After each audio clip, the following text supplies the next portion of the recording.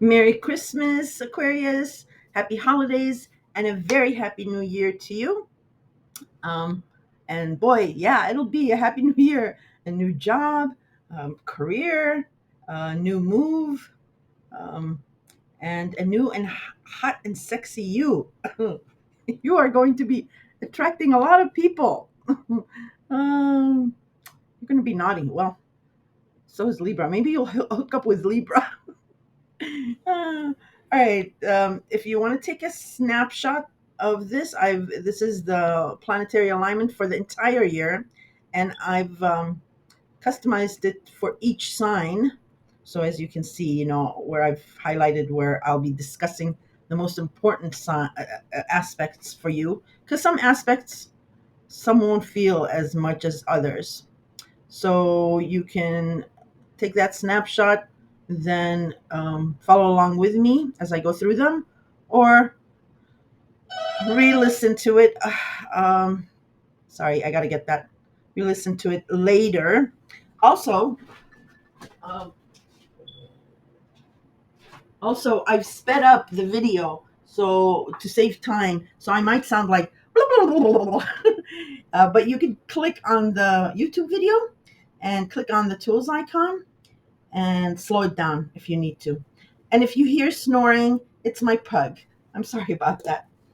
Okay, so I don't have a generic intro. I'm going straight into your sign. So let me change. Hi, Aquarius. Okay, so we're jumping straight into the themes. There's three themes to 2025, and I've titled them in this order: the very, very recent past, then we'll be thrust into the future, then the latter half of 2025, we will be going back to the past. And I will cover the eclipses. So, just to mention, when all these astrologers are saying big new changes, big new you, this, that, um, they might be sounding dramatic, but it is true. We do have huge changes, but I'm going to go into detail for each one of you guys. So the one of the big changes is after 2 years, the nodal axes, the north node and the south node, will be changing signs from Aries and Libra, and they will be going into Pisces and Virgo. And these are eclipses, karmic eclipses. Um, there are beginnings and major endings, major beginnings, major endings. And don't worry about when I'm rattling off Aries, Libra, Pisces, Virgo. I'll explain each of these things in detail and let you know which area of your life that will affect. So yeah, that's a 2 year transit. Now the next huge move, which will be late spring, uh, end of February, I believe. Yeah, it's like one more month. Neptune, after 14 long years, will be leaving Pisces and entering Aries. And also Saturn, after 2.5 years, will move from Pisces to Aries. And then the other huge shift will be the planet of shock, surprise, and electricity, your ruler, Uranus, will be changing signs after 7 long years from Taurus to Gemini. And then we also have Jupiter, which will change signs after a year from Gemini to Cancer. That'll be in June. So I'm going to be covering those in detail for you. First, I'm going to do a little on Pluto in your sign, Aquarius. And I'm just going to briefly mention it here and not really go into much detail. I might, say something in passing throughout your other transits, but I'm not going to go into detail because one, I have completed a dedicated Pluto and Aquarius video for each sign, and I take you 5 years into the future because I didn't want to do just a year summary. It's a 20-year transit, and Pluto moves really slow. It's only at 1 degree of Aquarius currently. So I wanted you to get a good bite of what it's going to do for you. So I decided to do the 5 year. The second thing is I decided not to upload it just yet because I wanted to get these yearly scopes out of the way. So briefly on Pluto going into your sign, and you had a little taste of this from January last year up until September. Well, more so January through, I believe it was April or so, because it started retrograding back, and then it retrograded all the way back into Capricorn starting September. Now, Pluto in Aquarius is well, Aquarius, when it's your first house, So it is about your image, your physical appearance, your profile, the way people see you. So it's all about wardrobe, hair. If you're going to do like plastic surgery or weight loss, or maybe even get pregnant, your physical body changes. It's about jewelry or not. It's about makeup or not. If you were into flats, you might go high heels, vice versa. But it is really you. Yeah. So like your essence, like who you are. Um, I will be telling you that you will be very. mm, um, you'll draw people in a lot. People will see you as maybe charismatic, definitely alluring, mysterious, or something. They'll be drawn to you, and it'll be all types of people: authority figures, bosses, friends, family, partners, definitely love interests, and all that. You'll be drawing in these people. You'll be like a magnet. Um, and with Uranus entering your fifth house of love and romance this year, uh, yeah, you're going to have a very a very exciting time this year. Um, but that's what you'll be seen like an authority figure. Definitely, yeah, your image is going to change drastically, and it'll affect all areas of your life. Now, that's all I'm really going to say about Pluto and Aquarius because, um, like I said, I have a dedicated video. Now, let's talk a little bit about Pluto because we had the great famous showdown between Pluto and Mars in November. And Mars is retrograde, and we'll go over the same degrees, and then we'll go direct and go over the same degrees again. So that's why I'm mentioning the exit of Pluto from Capricorn, because there was a fallout, a huge fallout, and we are Mars rarely goes retrograde, and he only spends a few weeks in each sign, but he is transiting these same degrees in Cancer and Leo for 6 months. That's huge. So there's something there. So let's just recap what it was, so we know when I'm giving you your forecast, you'll understand when I mention these spots. So first on Pluto. Pluto is the god of the underworld. He destroys so that he can transform. He deconstructs so that he can regenerate. He controls fear because he was the god of the underworld. People feared him, and he controls power. He rules over power because he had the power over the living souls, the dead souls. He could resurrect, um, and he controls riches, like big riches. Um, so think of the minerals of the earth, or even a seed. You plant a seed and it is nurtured underground before it sprouts. Now, he also rules control, so like power plays. Okay. Um, the other thing is he rules over is well, Pluto ruled a different world from his brothers Neptune and Zeus. He ruled a different realm, and he could not leave. Well, he could leave it. I mean, he could permeate between the realms, but he was, stuck in the underworld with the souls that had passed, and he really wasn't on Mount Olympus with Neptune and Zeus and the other goddesses and gods. So he rules loneliness, um, pulling yourself up by your bootstraps. Um, he rules the past, things that are taboo or secret. Intimacy, and all that. Now, Pluto in Capricorn. Capricorn is your 12th house of the past, of secrets, of behind the scenes, of confining spaces, where, I mean, yeah, it can be prisons, it can be like hospitals, or it can be taking care of someone that may be incapacitated or elderly. Um, he also the 12th house also has the drug and alcohol use there, and it can turn into abuse. um, and the psyche, as well as the most important regarding the 12th house, sorry about that, is faith. So religion, whether you are religious or not, or whether you changed faiths. And most of you are into some type of healing, um, guru, um, religious type of mindset now, and some of you will be going into that field. Um, maybe even healthcare, yoga, things like that. So that's your 12th house, and Capricorn occupies that. Capricorn is it's a very reserved sign. It doesn't show emotions. It's very stern.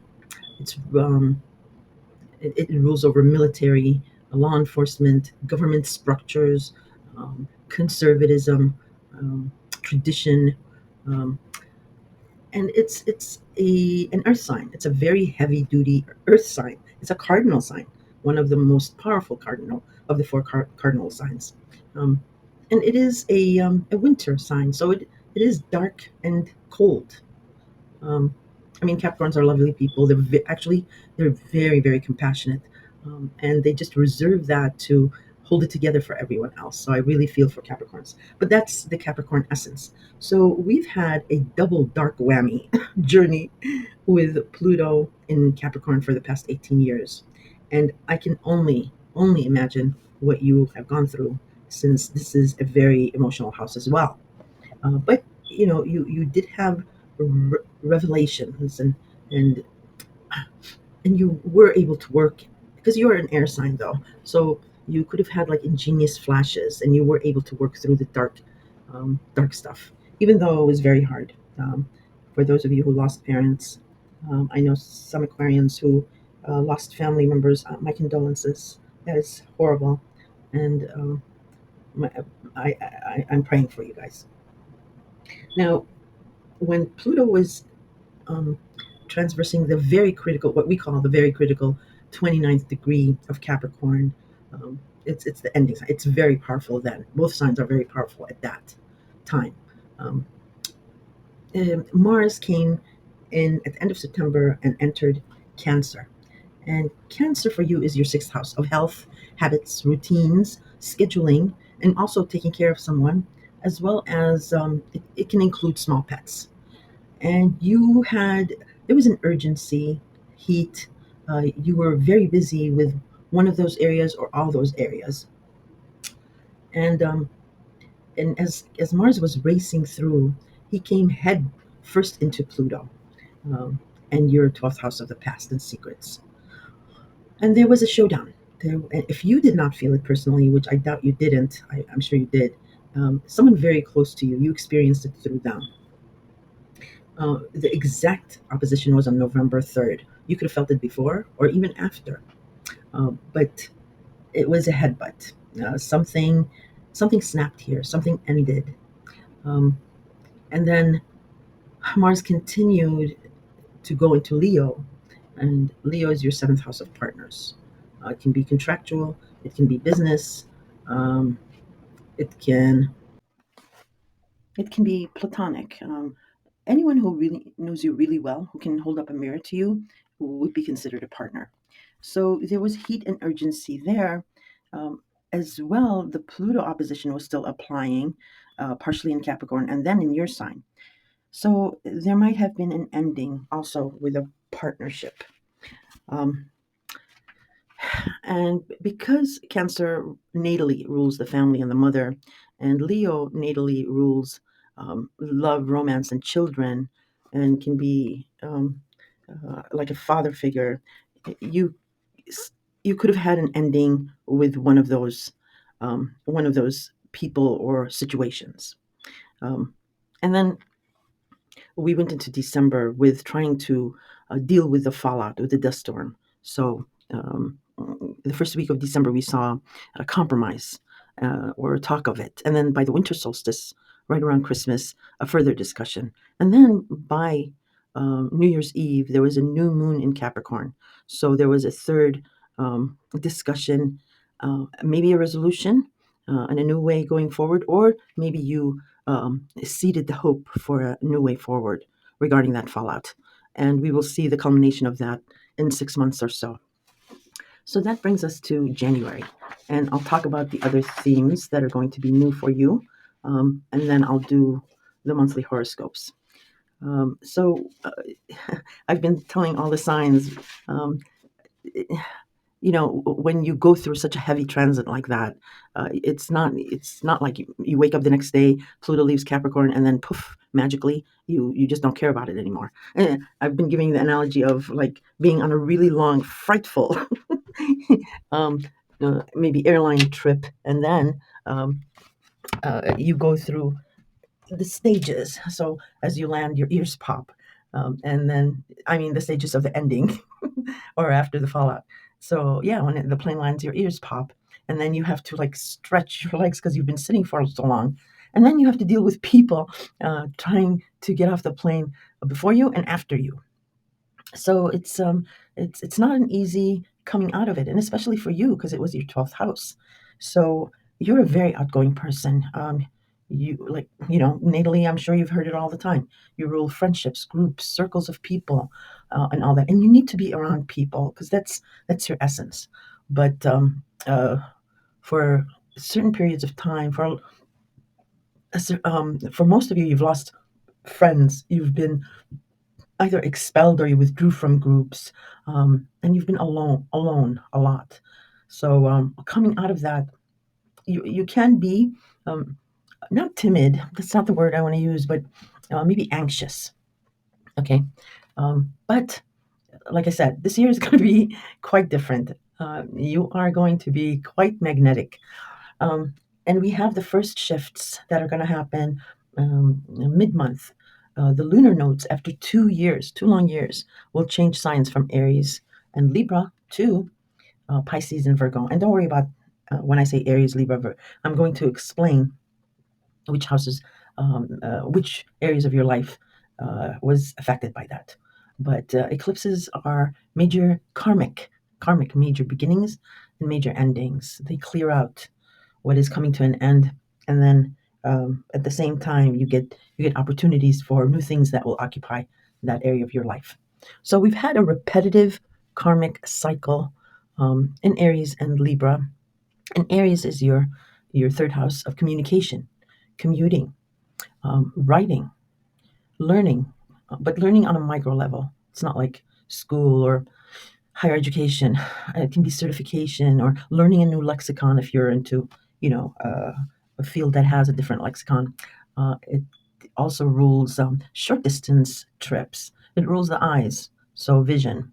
Um, Language is big here, as well as social media and the way you think, the way you take in information, and the way you, like I said, communicate.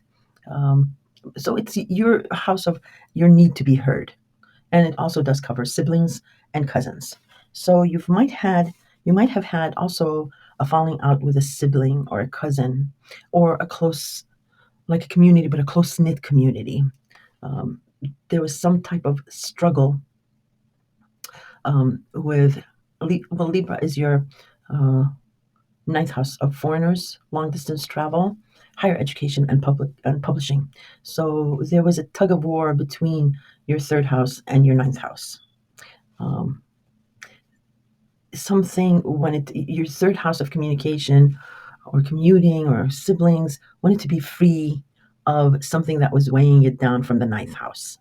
Okay, and by mid-month that ends. That for some reason that magically ends. That tug of war, that repetitiveness, that all ends, because then we are going to have the nodes go into Pisces and Virgo. So as we have this huge shift coming, um, uh, mainly because of Neptune and Saturn leaving Pisces and entering Aries. Um, it's going to start clearing. You're going to start seeing endings and beginnings in your um, second house of income and job, or your value system. And then Virgo is your 10th house of career, status, reputation, and authority figures. So there's going to be one certain repetitive karmic cycle uh, between these two houses, and there's going to be an opposition. Two clues. One, you can look to September 13, 14, or 15, partial solar eclipse in Pisces. And then we'll see some Virgo eclipse here this year. So that was one clue regarding your job and your income. You might have um, started looking for a new job, or um, you might have lost a job, but it was a beginning. So yeah, maybe you were, leaving a job too because you finally thought of getting another job, or maybe you took a pay cut, or something happened regarding your job or value system or your income, and it had something to do with the past. Okay, um, maybe yeah, maybe because you're getting into a new field completely. Maybe that's you had an opportunity and you're still working on it to get it, but yeah. So that's one clue. The other clue. Did I say two clues? I think I said two clues, but I don't know what the other clue is. I'll remember it when I'm doing, when I'm going through the whole scope. So those are the eclipses. So after 2 years, yeah, it's a big shift. We're finally free of that. And then we have very soon, I think it's like end of February, March, we have Neptune after 14 long years, leaving your second house of job, income, and value system. It has been there since Valentine's Day 2012. And you have been, for the most part, very happy about something about a job, but there were boundaries crossed here. You became lost or confused about something about your value system or your job. Um, Maybe you took like lesser pay but an ideal job, or maybe you took a really bad, shitty job, but for a lot of money. Some kind of sacrifice was done here. Maybe you went through your whole savings because you worked for like as a volunteer or for charity. um, it was dreamy. It was almost like an escape for you. It did feel good because it's Neptune. Neptune is the god of the ocean. He rules the music and Hollywood, the movie industries. He rules fragrances, perfumes, alcohol, drugs. He rules um, the oil industry, fog, the sirens that call out to the sailors and they get lost at sea. Um, and he entered Pisces Valentine's Day 2012, and that is his home sign. Neptune is powerful as it is because he was like one of the three brothers, Pluto, Zeus, and Neptune, so the top honchos. But in his home sign, he was 100 times stronger. So there was also deceit, illusion, fogginess, um, and and Pluto has a purpose. It's not that he wants bad for us. Pluto, the simplest example I'm giving for each sign is if you try to go swimming in a pool or the ocean or something, when you first enter, it is freezing. You can barely go straight in. But once you dip your entire body in, that's it. You're fine. You're like numb. It magically, you're okay. And that's the purpose of Pluto. For anything harsh, for anything that you have to struggle with, um, he romanticizes it. He numbs you to it. Um, but again, like I said, you can get lost in this house. It's a very, very deep house. So, at the beginning of 2023, Saturn came in with a thump. And he's like, okay, Neptune, you've taken this way too far. Because he was left alone to his devices, playing around with us in his home sign. So Neptune, what he started doing, well, I'm sorry, what Saturn started doing was, well, he constricts, he restrains, he, let's see how to put this, he puts up boundaries, and he's misunderstood because he's actually really beneficial because he builds a solid structure. He allows you, through hard work, to manifest this vision, this romanticization that Neptune was offering you. Okay, so he threw you an anchor basically, just in the nick of time, and started pulling you back to shore. And Saturn could have represented people um, that manifested as Saturn and became strict and harsh with you, but for your own good. So the last 2 years has probably been really hard regarding your job, your income. Um, Maybe you were like, oh, this isn't cutting it. This money thing is not is not going to do it. Um, or maybe you started hating your job, hating your boss. Like, I can't do this. This impedes on my value system.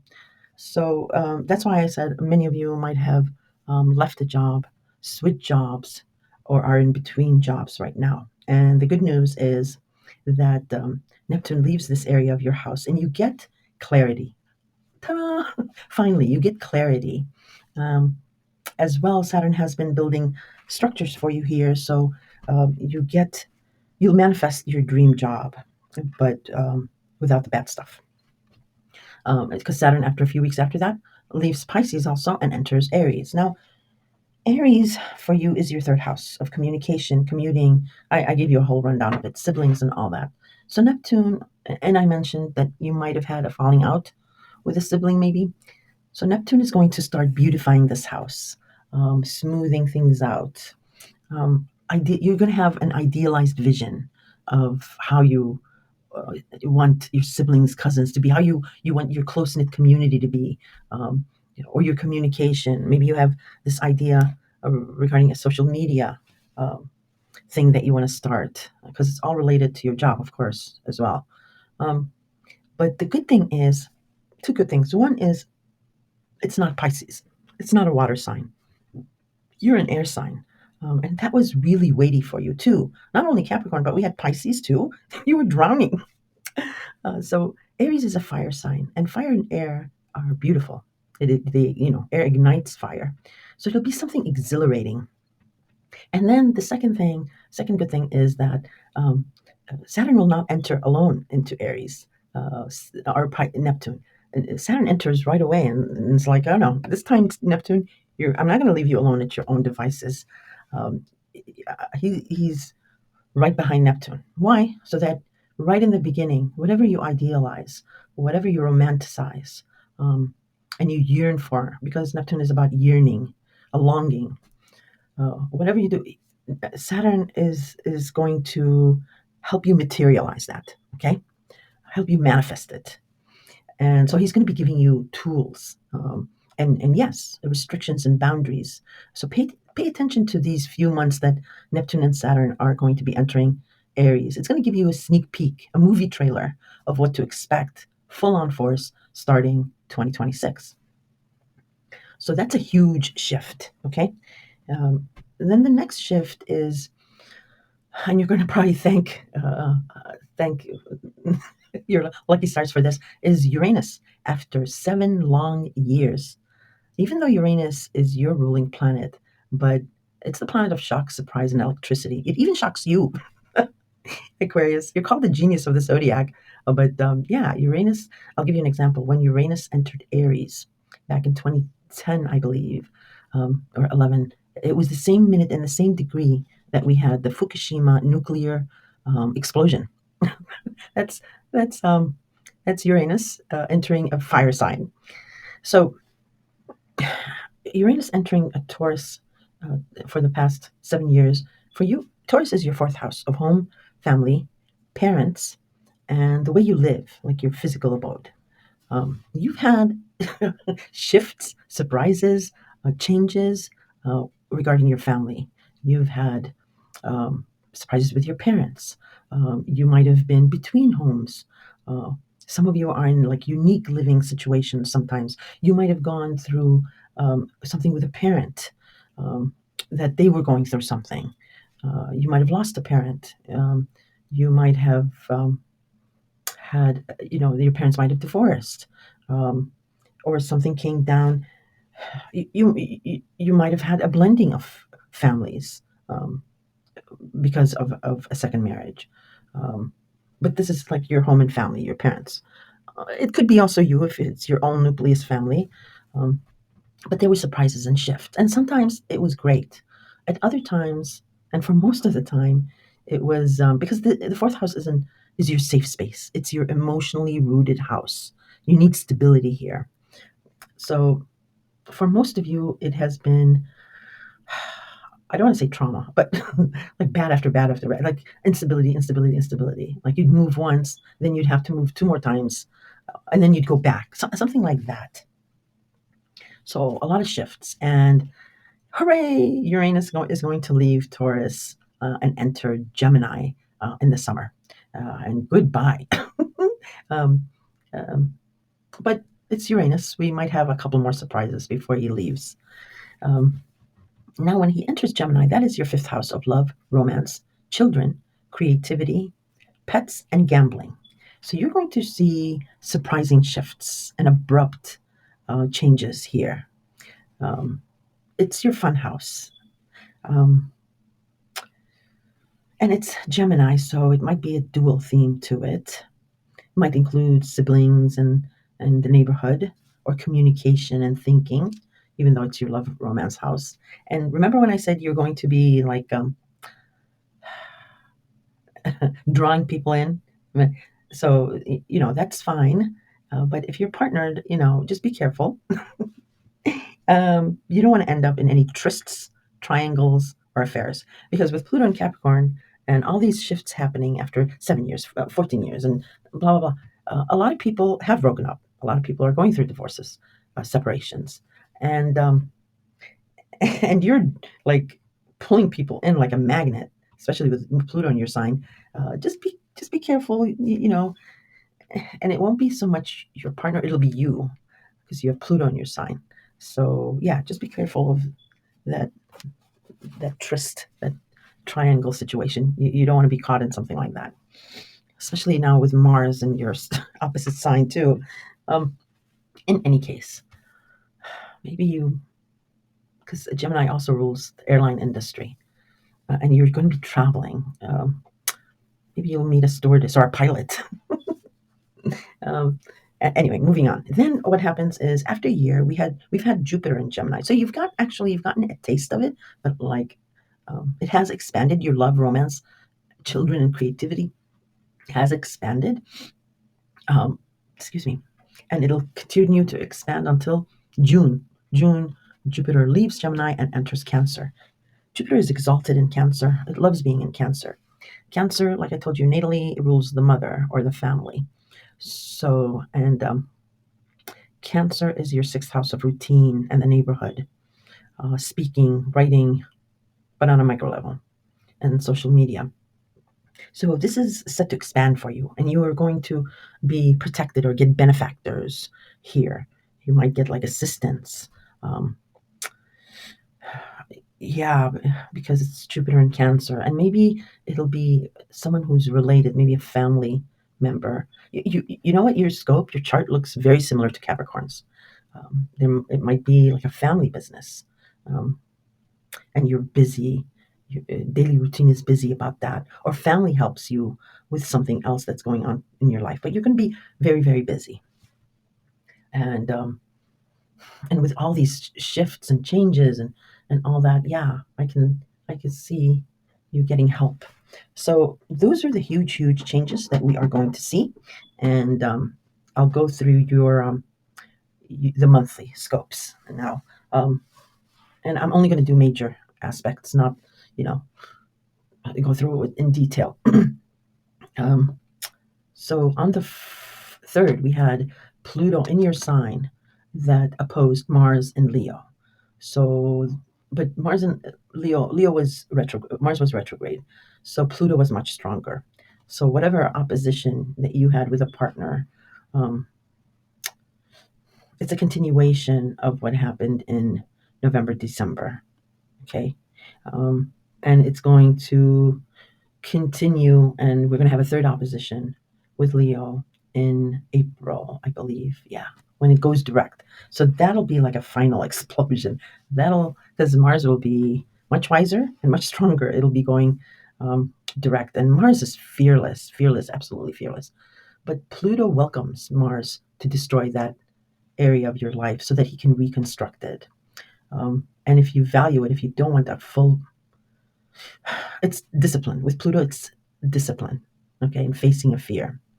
But these are powerhouse planets. Um, so anyway, let's move on.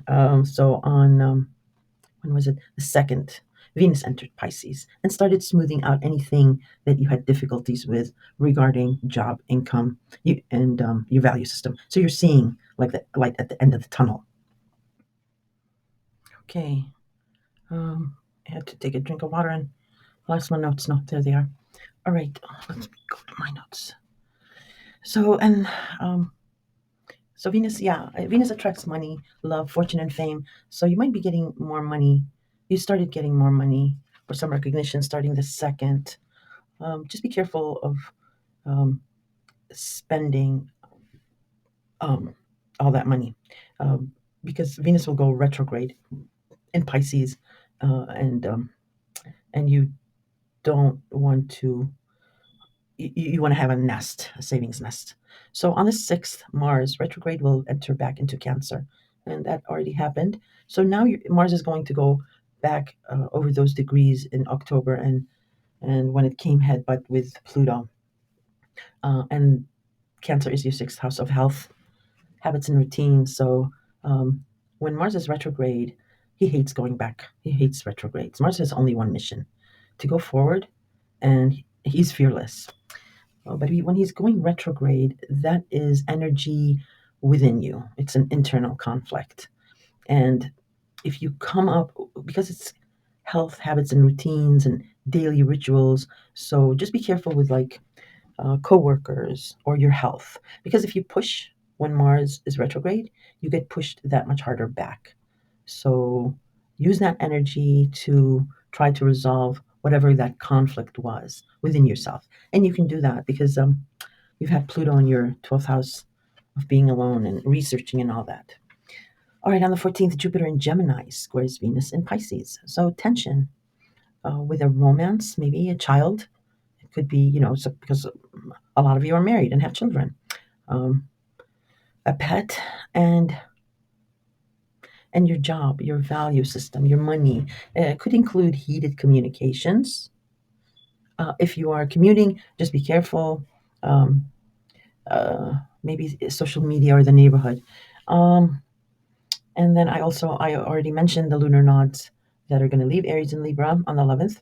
On the 13th, we do have a full moon in Cancer, and this is a pretty heavy duty full moon.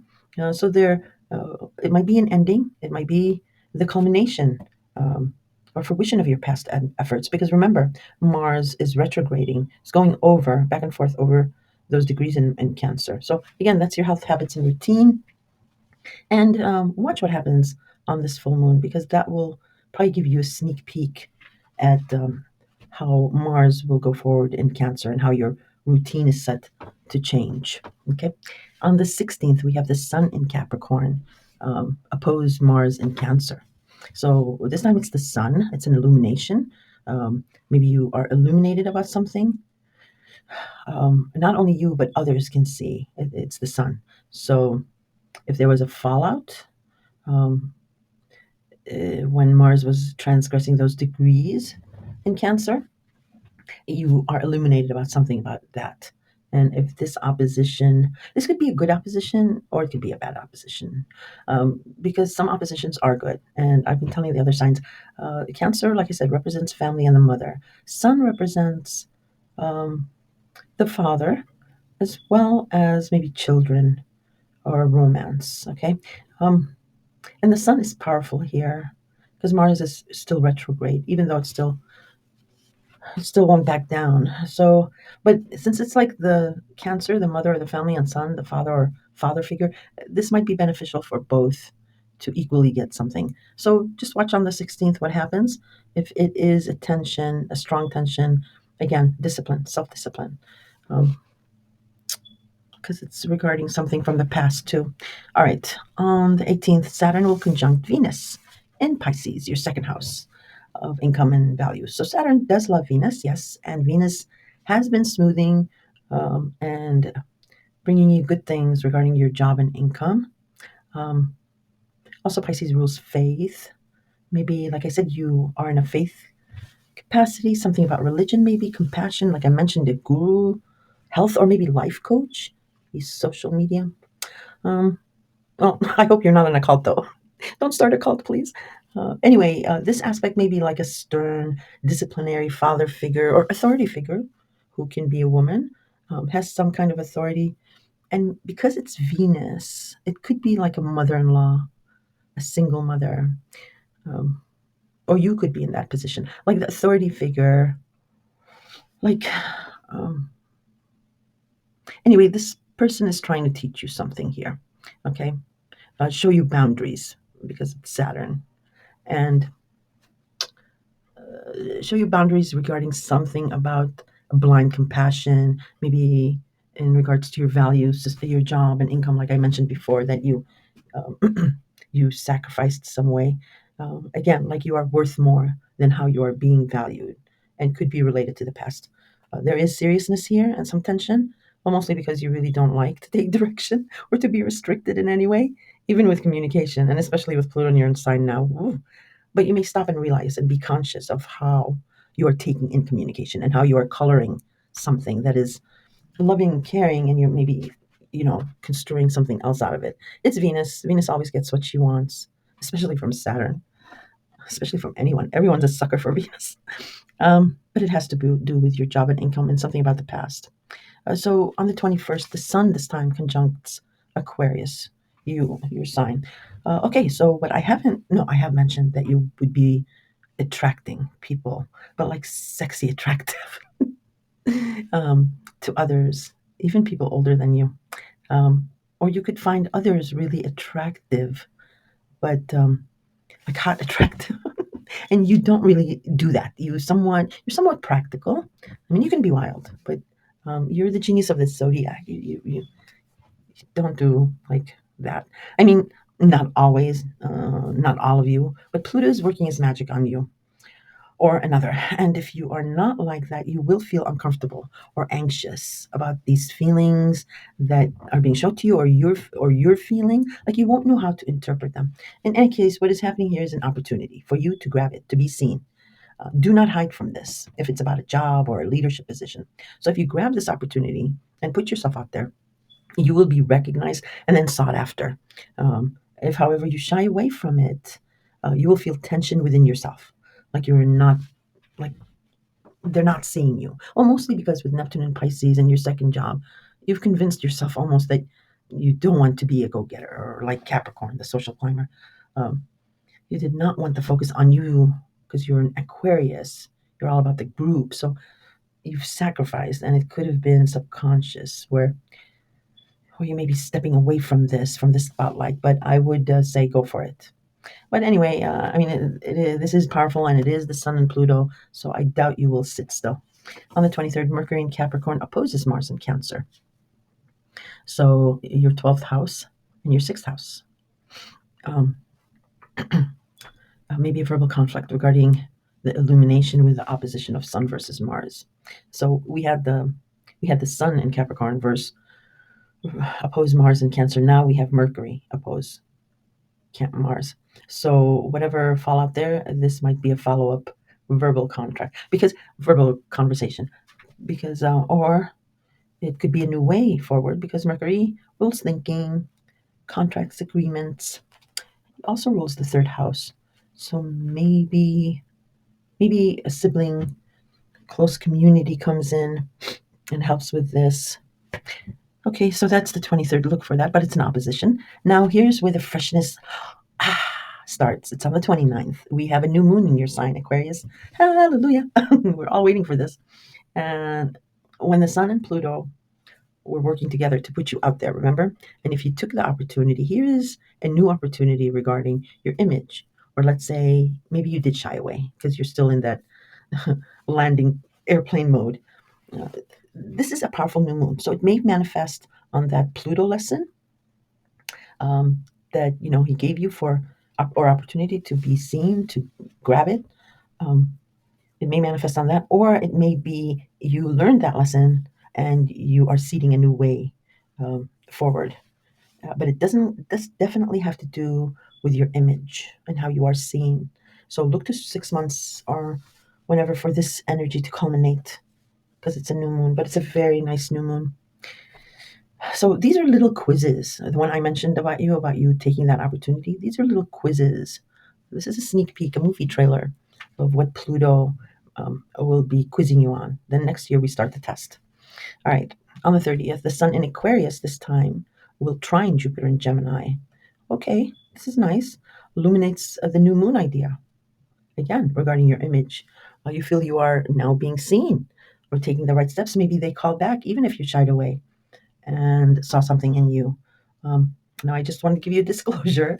And no, like I said, it's not for all Aquarians. It may play out in a different way.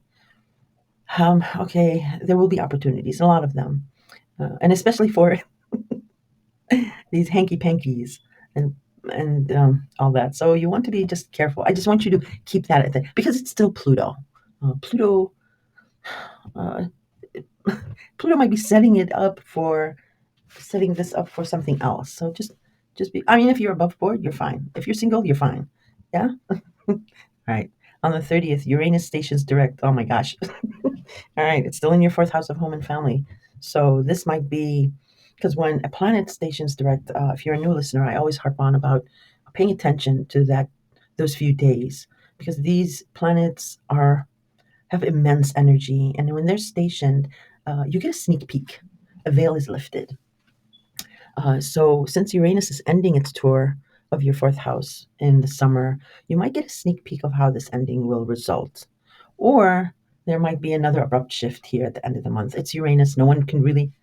It's a crazy planet. But again, you're used to its energy, so uh, yeah, it might be another shift, but we'll see. I'd love for you guys to comment then after and let me know. Um, okay, so on February 1st, Venus conjoins Neptune in Pisces. Venus conjoins the North Node in Pisces. Um, you could be starting a new job here, or will definitely hear about a job or your current job. Maybe you get a promotion, they don't want you to leave. Um, it can be really dreamy and very lucrative because it's Venus. And you might even be famous with this because Venus attracts fame. Also, some of you may feel that this is too good to be true or something sounds fishy. Get it? Pisces? Fishy? But Saturn is still in Pisces, and we had that important Pisces partial solar eclipse in September that I told you about. So it may be an offer you heard about back in September. Okay. And there is another conjunction at the critical 29th degree next month. So, yeah, definitely moving on with your job income. All right. So that's the only really significant energy in February I wanted to mention because, like I said, just the major aspects. On the 13th in March, a total lunar eclipse in Virgo. And Virgo is your ninth house of travel, higher education. Oh, I'm sorry. No, it is your eighth house of joint finances, inheritance, taxes, the mortgage,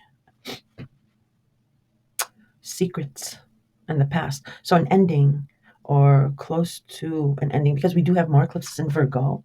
Um, Remember, eclipses are karmic, um, and um, and Pisces will be a karmic person, and Virgo will be a karmic situation. So that's how you look at it, because Pisces is in the North Node, and Virgo is in the South Node. Um, So it'll be clearing out, like I told you, clearing out, and once, so it'll have a couple of clearing outs before we have um, um, new beginnings. But I think we're getting a solar eclipse. Well, when I go through the lineup, and on the 19th, Sun conjuncts Neptune in Pisces. Yeah, feel good, warm feeling embodies you. If you are in the healing or faith business, you will feel that people are following you, trusting you. This illuminates for you and others something of a completion regarding faith, the past, healing. Um, it is at the critical 29th degrees. Something is ending here, Aquarius. All right. Um, the next major one, well, 27th, Venus retrogrades back into Pisces. So remember when I said hold on to some money, or if you get a job offer, get it in writing because something might be reversed only so that something ends so that something can begin. So hold on to that thought. Venus also can bring, when it retrogrades, it can bring people back from the past, ex-partners sometimes. And I believe for Aquarius this will hold true because Venus is retrograde and Pisces is also about the past, maybe someone related to a job from the past. All right, so watch for that. And then Venus retrograde will conjoin Neptune at the very critical 29th degree of Pisces. So as you are still reviewing your Neptune journey, well, nearing the end of it, and it may bring something back from the past, which will be like a trip down memory lane, but this will have the theme of an ending. You could be closing If it's about job or income or a business, maybe you're closing your business or the last day at work. Um, um, or a get together at your old job. Maybe you're completing studies. Venus retrogrades can be harsh because she does reverse or withholds love and harmony when she is reversed. I have to make that disclosure too, because there are like thousands of millions of Aquarians with different situations. But if she does bring somebody from the back during this retrograde period, you will be talking about everything. And then when Venus goes direct, if you stay together, it's solid. If not, then it was just about closure. Okay, or it could manifest in dreams. Definitely dreams, where you get another sneak peek or understanding through the veil. Again, this is setting you up for the end of the month for an ending. And here we go, 29th. We have a partial solar eclipse in Aries. Okay, so we had a full moon, a full lunar eclipse. Was it a lunar eclipse or a full? It was a very volatile Aries full moon or eclipse in October. Huge. It was explosive, nasty. So whatever ended then in October, and I do have videos on the full moon in Aries for each sign. You can look at the playlist. You get a beginning here. There's a beginning, definitely, and it is also a clue on how your Neptune and Saturn journey will be in Aries. Okay, and then on the 30th, there we go. Neptune enters Aries, and you get to start on that journey. Um, and you instantaneously are relieved of that heavy, melancholy, deep depth regarding the past, loneliness, alcohol or drugs, confinement, and your image, sound profile is all in focus. You may at first feel anxious because, like I said, you've been so used to Pluto in your psyche about the past. This notoriety will be getting used to it first, but a fire will be lit under you, and it could be faster than I say because you are an air sign and Aries is a fire sign, so explosion. All right, we move on to April on the 4th. So here on the 4th, we have Saturn in Pisces sextiling Uranus in your fourth house, Mars in Cancer sextiling Uranus in your fourth house, and Mars in Cancer trining Saturn in your second house. This is amazing. This is very nice. You are getting healing and support, or you could be doing that for others because you're an expert now. But whatever ended in March and whatever trauma that you've gone through with family and home and living situations, that is being released. This is setting you free to heal and let go. Okay, um, because of that journey, your family may reach out to you, or you may reach out to them. But some kind of a get together to release the past, or you can have a surprising, maybe heavy message about home or family. Could have to do with money too, but whatever it is, Saturn approves of this, giving Uranus a nod to give you a good surprise regarding your home, family, and parents. Somehow you have passed Saturn's test. Hmm. Very, very nice. Okay, on the 18th, Mars enters Leo, and here you want to be a little careful because Mars is now very much wise after those two fights. Pluto beat him up, um, and he is in direct mode. And I told you he's fearless, so you'll be getting a lot of heat and action from partners. Okay, coming at you, and it might be good heat, like I mentioned before. Um, like I told you, you're like a magnet now. Um, but it's gearing up for a showdown with Pluto, and not worried at all, as Pluto is now in your sign. But still, if you value these relationships, you need to be just careful. Um, Leo, hmm Leo's seventh house, but it can also be about children or romance. Somehow is in the mix because Leo rules that house. And on the 20th, the Sun in Taurus squares Mars in Leo. And Uranus is in Taurus at 26 degrees. The sun is illuminating your fourth house, Aquarius, and for you and everyone. This square of tension is regarding joint finances, intimacy, secrets, or a taboo. And again, family or a child is involved. Only caution here is because this is in regards to an ending, and because Uranus, planet of shock and surprise, is still in Taurus at 26 degrees. It's not at the scary 29 degrees. And your image, with Pluto, and your money, job values. Taurus naturally rules the second house. Family is Leo, children, all involved. Your scope is super familiar, super similar to Cappy's. Anyway, this is all gearing up for the final showdown opposition with Pluto. And here we have it. Mars in Leo opposes Pluto in your sign. So we have the finale, maybe an explosive one, and all of the signs for you, because we have the Sun in Taurus square Pluto in your sign. We have Venus conjoined the North Node in Pisces. Um, so it might be a cathartic after everybody gets whatever it is off their chest. Mm, it's and these situations are very important and close to you. But it might be going between them, and you might be like who they're fighting over. Okay, let me explain. You are all about being logical, and of course, for the benefit of all. But at times, that has to be for the benefit of all at the risk of a few. You understand that. This is why there is a hierarchy or like a pecking order to Aquarian groups, and I explain that in your dedicated Pluto and Aquarius video. Um, of course, you are the leader because of Pluto, and he's pushing you. And like I mentioned, he welcomes Mars to destroy something in your seventh house. Um, now, okay, let me think about this. Okay, I have to. There we go. Um, so yeah, transform Pluto's pushing you, and like I've mentioned, he welcomes. Now, if it is meant to be, it is meant to be. Okay, if this showdown is explosive, but how this, like I said, may play out. Um, there's some sort of possessiveness because Taurus is possessive, and it's all like mine, mine, mine.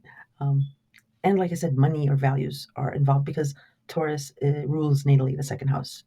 And either your partner or your family is being possessive about something. Well, it looks like it's about values or money and about you.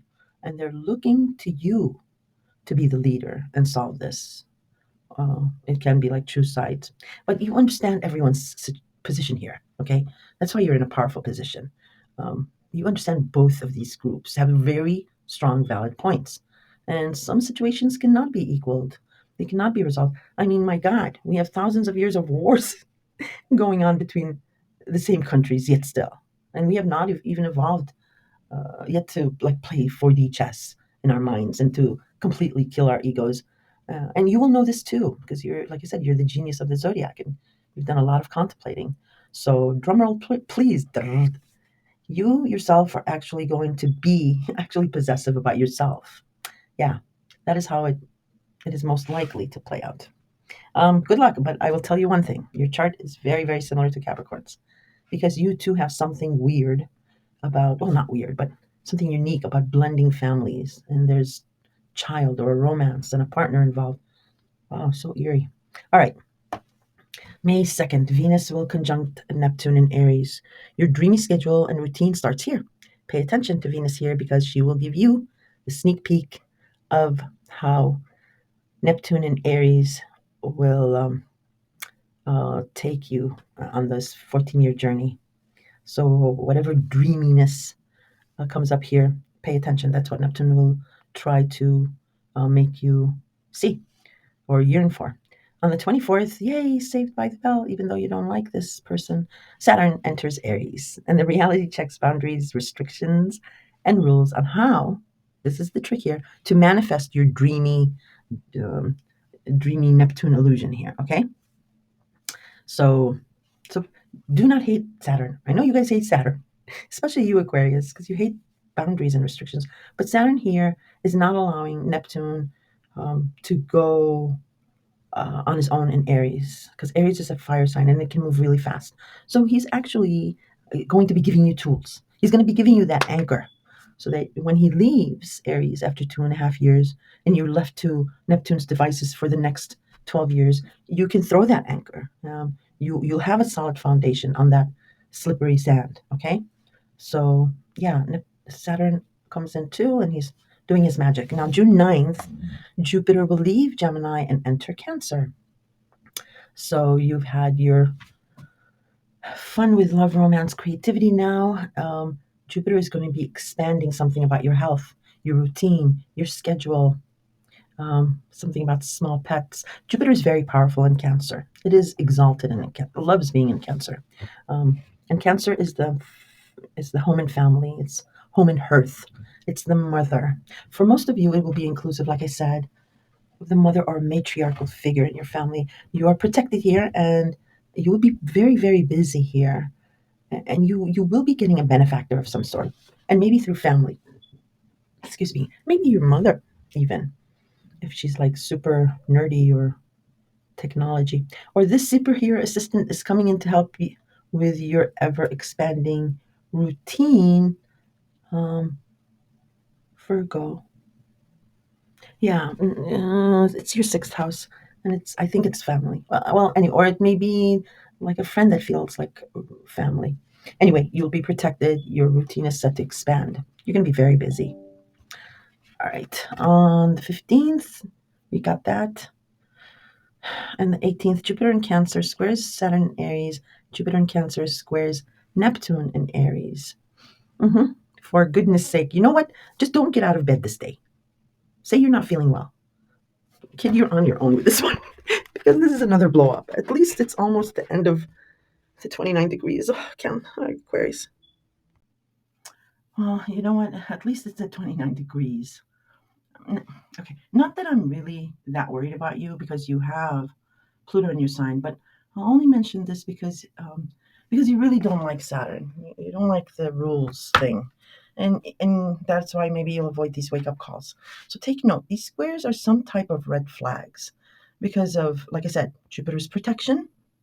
Sorry, and Saturn here is pulling you back somehow. Um, so Saturn is restricting you here to help you, like I said, both um, to realize the ideal, to materialize your vision, something about your health, your routine, maybe taking care of someone or a pet, and something about your image and profile. And Jupiter is protecting you. Jupiter is in Cancer. It is your also mother, family.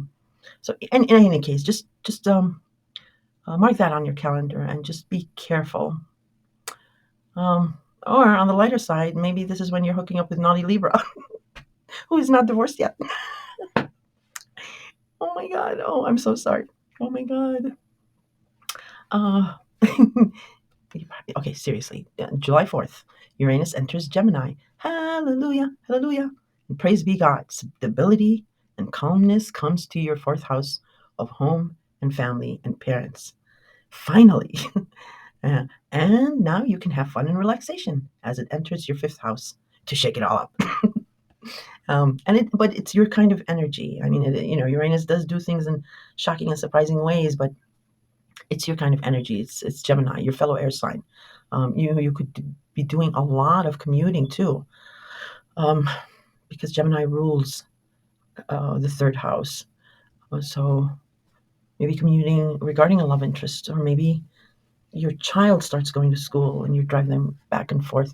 Maybe gambling. Do not gamble. Um, Gemini also rules the news industry or the airline industry. Maybe you're traveling. Maybe your Libra girlfriend is a stewardess or he's a pilot. Uh, I'll stop. All right, 30th, Venus enters Cancer. All right, your sixth house of health habits or routines gets a pleasing aspect from Venus. And Venus, remember, attracts money, love, fortune, fame. Um, right as Jupiter is entering Cancer. Wow, this is really nice for you. July is amazing for you. And August. Okay, August, Mars enters Libra. And Libra is your ninth house of travel. So there's a lot of heat, action, urgency with traveling, long distance traveling, higher education, philosophy, the World Wide Web. Publishing is also inclusive. Because a lot of you are going to be writing. Um, Pisces is creative. So you've gathered a lot of information and you might be publishing. You might have already started that. Okay, August 8th. Mars in Libra will trine Uranus in Gemini. Ninth house and your fifth house. And this is a very pleasing ask. I swear to God, if you guys hook up with a Libra and you don't tell me, I'll be mad. And especially if she's a stewardess or he's a pilot. That's it. It's stuck on you, Aquarius. Every scope I do now for you, I will not resist the urge to mention Libra. Oh my God. Okay, seriously though. Yeah, lots of heat and action, regarding your traveling, foreigners, higher education, love and a child. Or you might be like really busy because it's August. Yeah, August. A child might be, like I said, starting school and you're driving around, or because it's higher education, maybe your child is going to school or you might be going to school. So mark that on your calendar. All right, on the 9th, though, Mars in Libra will oppose Neptune in Aries. So confusing action. The day after, it might be a class you really, really needed gets dropped and you're confused about that and you're running around. Or maybe a child is confusing you. So mark that on your calendar. All right. On the 27th, Venus in Leo, your partnership's house, sextiles Uranus in Gemini. Venus in Leo trines Neptune in Aries. Beautiful, nice, good vibes between partners and love, or children, or pets. Yeah, I mean, for your partner, Libras, this might be about your child leaving for school or graduating, or you might be the one who's graduating and making. Because remember, I said partners can also be your sibling can be a partner, someone who knows you really well, or it might be a creative idea and this is a business partner and they're thrilled about that. All right. So that might be anyway, mark that on your calendar. I do detailed monthly horoscopes. All right. All right. And we are on September 7th, total lunar eclipse in Pisces. So a karmic person regarding an ending with your job or a change with your job. Um, okay, so the North Node is a karmic person, and the South Node is a karmic situation. So a karmic person, and it's a lunar eclipse, a total lunar eclipse. So remember when I said you're going to have these push and pull situations, and your image and profile somehow is all in the mix. So mark that on it. But it is an ending. It's clearing out this house. It might be, yeah. It's an ending. Anyway, on the 21st, there's a partial solar eclipse in Virgo. All right. And that is your 8th house of joint finances, intimacy, inheritance, government benefits, taxes. Um, the 8th house is the house where you benefit from others, and usually in lump sums. So this is a sneak peek regarding joint finances, opportunity, or any of the what I mentioned. But there will be more eclipse because this is only a partial. That'll happen to clear out something here, and then you'll start something and then you'll end something else. So this is a karmic situation, and karma is usually from 18-19 years ago. So whatever happened then, you either owe or you are owed. Okay, and yeah, I'm only doing major aspects, but some things I see that I'm like trying to restrain myself, like this one, October 14th, Venus in Libra trines Uranus in Gemini. Venus in Libra trines Pluto in your sign. Venus is love, money, fame, and it's Libra, your 9th house of travel, and Uranus, your 5th house of love, and then in your sign, and you have all this magnetism. I'm keeping my mouth shut. You'll have to wait till September, October scope. But just know it's a very nice setup here. Nothing really major happening in November. The only thing is on the 7th, Uranus will retrograde back in Taurus. So your 4th house of home and family. And don't freak out. It's not going back to, it's any more trauma regarding your house. You've done that. You've been there, done that. This is just, so when I mentioned in the beginning of the scope, the latter half of the month, what we're doing is we're just letting go, okay? Because in December, Neptune and Saturn are retrograde in Pisces, retrograding back and going forward, and then leaving them forever. So it's that critical 29th degree, and it's regarding your 3rd house of communication, commuting, thinking, your community, but the close knit community, your siblings, your cousins, social media. So whatever, and it's also about something from the past. So whatever happened, whatever ended, you're revisiting this in the past or that ending in a brand new world. So don't be freaking out. This is a brand new you. Um, um, and and everybody is in a brand new place. I mean, you have a lucrative job and career here, um, and you have family and benefactors, and your eighth house inheritance and joint finances. You have Pluto in your sign. My God, that's huge. You're going to be powerful, attracting all these people. Um, so you're in a brand new, great place. This is just closing the book on the past, and anything that you might have regretted. You release it. Okay, what you do is you release the past, the bitterness, and you move on in a better, busier, more peaceful place. It's release of any anger or betrayal, because it's Pisces. It's compassion. Pisces is absorbing all that from you, and it could very well be, about maybe a sibling, if you have any, or cousins or extended family, whatever hurt you had. This will You do get, if it's a reconcilement, this is where it happens. If it's a resolution, this is where it happens. But regarding an ending, and if it's closure, you get it, and you afford it to the other as well. So you do not. Okay, so you want to go into the future with all of your heart, not half of your heart, not with luggage, because the saying, I'm saying it for all these signs, and it's so very true. If you hold on to both, you will lose both. You will have a hard journey. So you want to go into the future in that capacity so the universe can fill you up. All right, I'll stop going on. Anyway, Aquarius, I hope you found this informative, if not entertaining. I know I've got probably Libras all mad at me. But if you did, consider subscribing. It's free. If not, give me a thumbs up, just a like if you found it entertaining. I'm just trying to grow this channel, and I'm looking to you guys for help. All right, you take care. I'm going to talk to you soon. Bye.